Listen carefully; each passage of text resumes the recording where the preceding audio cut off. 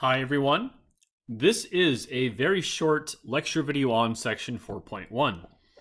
In this section, you are going to be working on word problems involving linear functions. We have already talked about linear functions quite a bit in chapter 2.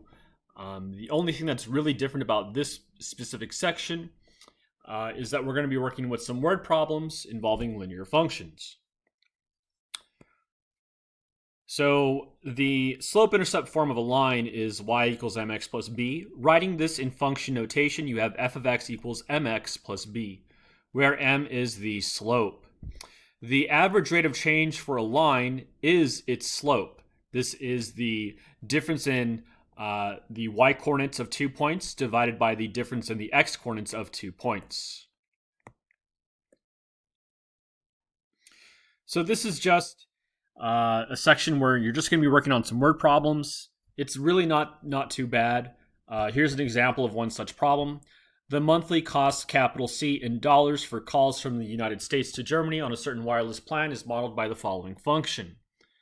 The cost, as a function of the number of minutes in which you're on the phone for a phone call from the US to Germany, is equal to 0.26 times x plus 5.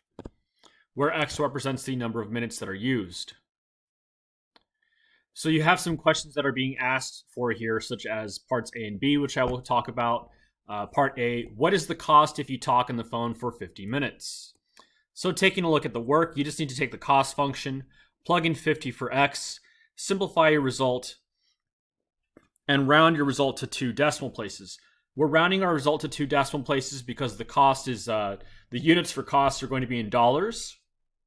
And you know, for our money, right, the second decimal place represents cents. Let's take a look at part B. Suppose that your monthly bill is $21.64. How many minutes did you use the phone? So in this part, you're given a value for the cost. You need to find the value of x. So taking your cost function, setting it equal to 21.64, we are just going to solve for x. And part C is very, very similar. Part D, what is the domain of the cost function if there are 30 days in a month? So if there are 30 days in a month, the x here in this cost function represents the number of minutes that are used.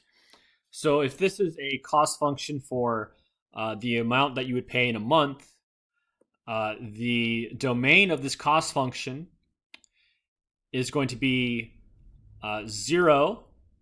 That's the lower bound because you can't enter a negative amount of units, right? You can't have a negative amount of time to enter into this function. And then the maximum value of x is the total number of minutes in a month, right? Imagine that you just left your phone on for a phone call from the US to Germany for an entire month. You just left that line open, right? So converting 30 days into a month, you end up with 43,200 minutes. So this lecture video is based off of the 4.1 notes that I have in the summer 2020 lecture notes on section 3.5. You'll notice that 4.1 is in these notes. It's only about 2 pages, though. 1, 2, well, 3 pages. So you can take a look at that. Like I said, this is just a quick lecture video. Bear in mind that there's some stuff here that's written in these previous notes. They don't apply to your class. That's why this is titled Summer 2020 Lecture Notes. Alrighty, everyone. That about wraps it up, and I will see you in class on October 7th.